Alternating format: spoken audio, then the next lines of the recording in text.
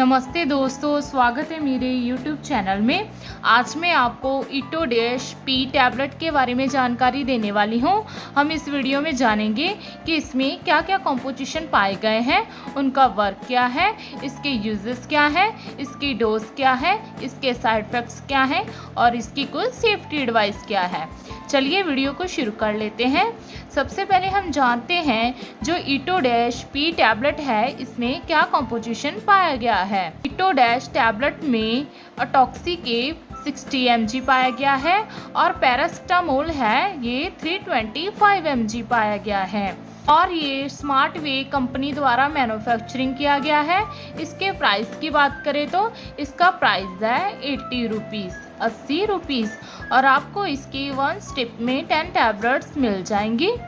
चलिए अब हम जानते हैं कि इसमें जो कॉम्पोजिशन पाए गए हैं उनका वर्क क्या है। जो अटॉक्सी के टैबलेट है ये 2 कॉम्पोजिशन में मिलने वाली टैबलेट है। इसमें एट्रोक्सीकेव एंड पैरास्टामोल पाया गया है। जो एट्रोक्सीकेव है ये non steroid anti inflammatory drug है, मीन्स निसेड है, जिसे कि कॉक्स-2 इनहिबिटर के नाम से भी जाना जाता है। ये क्या काम करती है? ब्लॉकिंग करता है सर्टेन केमिकल मैसेंजर्स को, मीन्स प्रोस्टाग्लैंडिन्स को, जो कि रिस्पॉन्सिबल होते हैं पेन और इन्फ्लामेशन के लिए, मीन्स रेडनेस और स्वेलिंग के लिए। और इसके साथ जो पैरास्टामोल पाया गया है ये एक अनाल्जेसिक एंड एंटीपायरेटिक है, जो कि हमारे शरीर में पेन और फीवर को रिड्यूस करने में हेल्प करता है। ये आपको सिंगल कॉम्पोजिशन और 2 कॉम्पोजिशन में भी अवेलेबल हो जाती है। चलिए अब हम इसके यूजेस के बारे में जान लेते हैं कि ये जो टैबलेट है किन कंडीशन में पेशेंट में यूज़ की जाती है। जो ईटोडैश पी टैबलेट है इसका ज़्यादातर यूज जो ऑर्थोपेडिशियंस होते हैं वो करते हैं। इसका यूज़ आर्थराइटिस या फिर रोमेटिक अर्थराइटिस मीन्स जब स्वेलिंग हो जाती है और पेन होने लगती है स्मॉल जॉइंट्स में बॉडी में, और जो साइनोवियल फ्लूइड होता है उस कम होने की वजह से फ्रिक्शन होने लगती है। या फिर इस टैबलेट को ओस्टियोआर्थराइटिस क्या होता है? जब टेंडर और पेनफुल जॉइंट्स हो जाते हैं, जब उनको बहुत ही ज़्यादा वेट फील होता है कार्टिलेजेस को उनकी एंड्स ऑफ बोन में, तो उसमें भी इस टैबलेट का यूज़ किया जा सकता है। या फिर इस टैबलेट को एंकोलॉजिंग स्पॉन्डिलाइटिस, इसमें क्या होता है पेन और स्टिफनेस हो जाती है बोन्स में स्पाइनल कॉर्ड के। या फिर इस टैबलेट को बैक पेन के लिए भी यूज़ किया जा सकता है। शटिका का पेन हो रहा है उसमें भी यूज़ किया जा सकता है। या फिर पेशेंट की किसी तरह की मसल पेन हो गई है, नस खिंच गई है, नस चढ़ गई है, तो इसके ड्यूरिंग भी यूज़ किया जा सकता है। या फिर कई डॉक्टर इसको सेफ टैबलेट होने की वजह से डिस्मेनोरिया में भी औरतों को प्रिस्क्राइब कर देते हैं। या फिर इस टैबलेट को डेंटल पेन मीन्स दांत में दर्द हो रहा है, या फिर डेंटल सर्जरी मीन्स आपके दांत की सर्जरी हो गई है तो उसके बाद भी इसको दे सकते हैं। या फिर relief inflammation and swelling in joints means आपके जोड़ों में बहुत ही ज़्यादा सोज पड़ गई है, तो इन कंडीशन में भी इस टैबलेट का यूज़ किया जा सकता है। चलिए अब हम इसके डोज के बारे में प्रॉपर जान लेते हैं।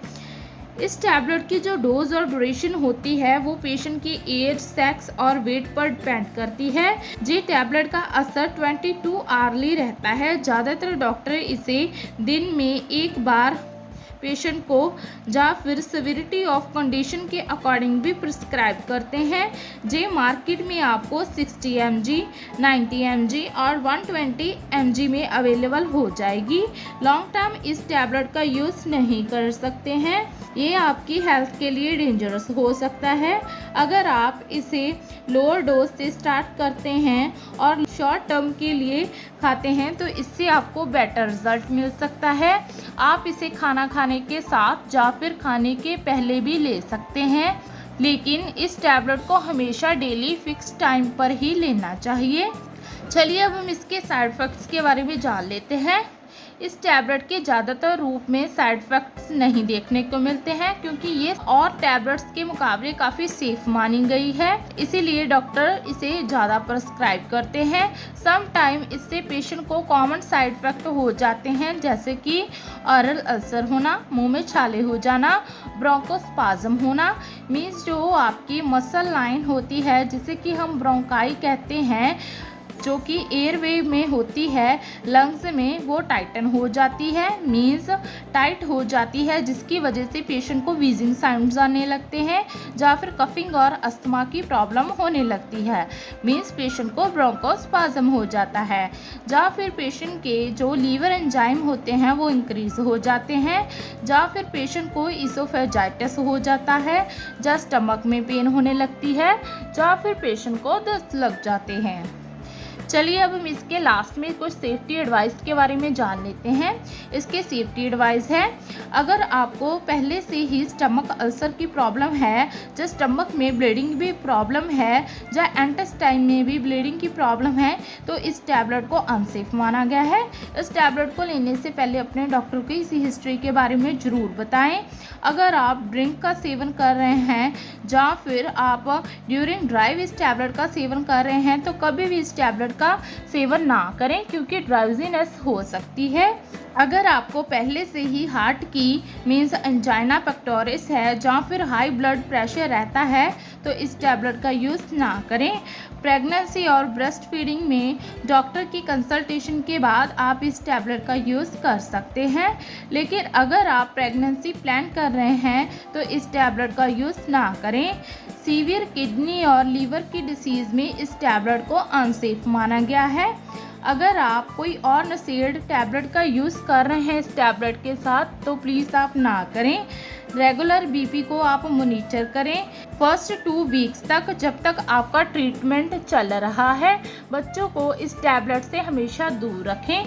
ओवरऑल जानी तो जो इटोडैश-पी टैबलेट है, इसका यूज़ हड्डियों की किसी भी तरह की बीमारी है, उसमें दर्द हो रहा है, या फिर मसल में खिंचाव हो गया है, नस चढ़ गई है, या फिर पेशेंट को डेंटल पेन है, या डेंटल की सर्जरी हुई है, तो उसमें किया जा सकता है। आशा करती हूँ कि आपको मेरी दी गई जानकारी अच्छी लगी होगी। अगर दी गई जानकारी अच्छी लगी हो तो वीडियो को लाइक कर देना, शेयर कर देना और चैनल को सब्सक्राइब कर देना। धन्यवाद।